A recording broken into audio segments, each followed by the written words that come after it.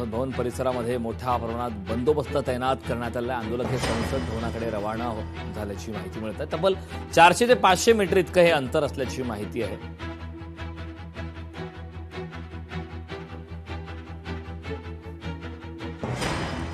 तर ही दोन्ही दृश्य आपण पाहतोय। संसद भवन परिसरामध्ये मोठ्या प्रमाणात बंदोबस्त तैनात करण्यात आला आहे। तर दुसऱ्या दृश्यामध्ये आपण पाहतोय आंदोलक हे संसद भवनाकडे रवाना झालेले आहेत। संसद भवन परिसरामध्ये मोठ्या प्रमाणात पोलिसांचा बंदोबस्त तैनात करण्यात आला आहे। पोलिसांचा फौजफाटा त्या ठिकाणी पाहायला मिळत आहे। संसद भवन या परिसराला छावणीचं स्वरूप आलंय। तर केंद्रीय गृहमंत्री अमित शहा यांच्या भेटीसाठी केंद्रीय शिक्षण मंत्री धर्मेंद्र प्रधान हे गेलेले आहेत। या भेटीमध्ये नेमकं काय घडतं, राजीनाम्यासाठी धर्मेंद्र प्रधान यांच्यावरती दबाव आहे का हे पाहणं महत्त्वाचं आहे। सरकारच्या माध्यमातून कुठला निर्णय घेतला जातो, काय भूमिका घेतली जाते हे पाहणं महत्त्वाचं आहे। खरं तर पावसाळी अधिवेशनाचा आजचा हा पहिलाच दिवस आणि पहिल्या दिवशी संसदेच्या बाहेर आणि संसदेमध्ये सुद्धा गदारोळ पाहायला मिळाला।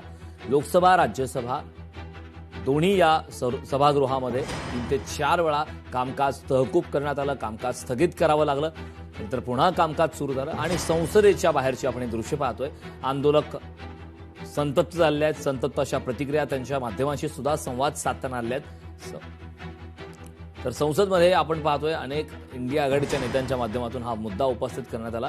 काँग्रेसच्या नेत्यांनी आक्रमक भूमिका घेतली। मल्लिकार्जुन खरगे आक्रमक झाले। जंतर मंतरवर जे काही आंदोलन सुरू आहे त्या संदर्भात त्यांनी प्रतिक्रिया दिली, त्यांनी आवाज उठवला।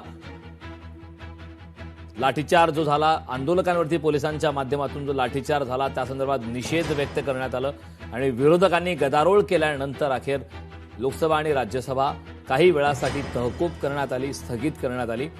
मात्र इतर महत्त्वाचे मुद्दे हे सुरू असतानाच एक महत्त्वाची अपडेट आलेली आहे। संसद भवन परिसरामध्ये मोठा बंदोबस्त तैनात करण्यात आला। आंदोलक संसद भवनाकडे रवाना झालेले आहेत।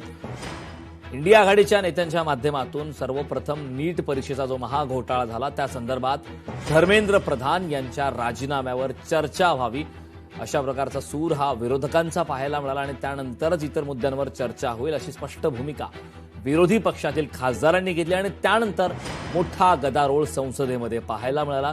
अगदी संसदेमध्ये आणि संसदेच्या बाहेर दोन्ही ठिकाणी आपण पाहतोय मोठा गदारोळ झाला। आता याचे नेमके काय परिणाम होणार, सरकारच्या माध्यमातून कुठली भूमिका घेतली जाणार हे पाहणं महत्त्वाचं आहे।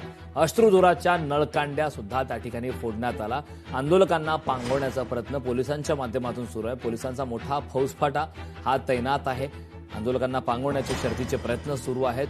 लाठीचार्ज सुद्धा करण्यात आला। याच वेळी लाठीचार्ज करत असताना सुद्धा काही युवकांनी संतप्त अशा प्रतिक्रिया दिलेल्या आहेत।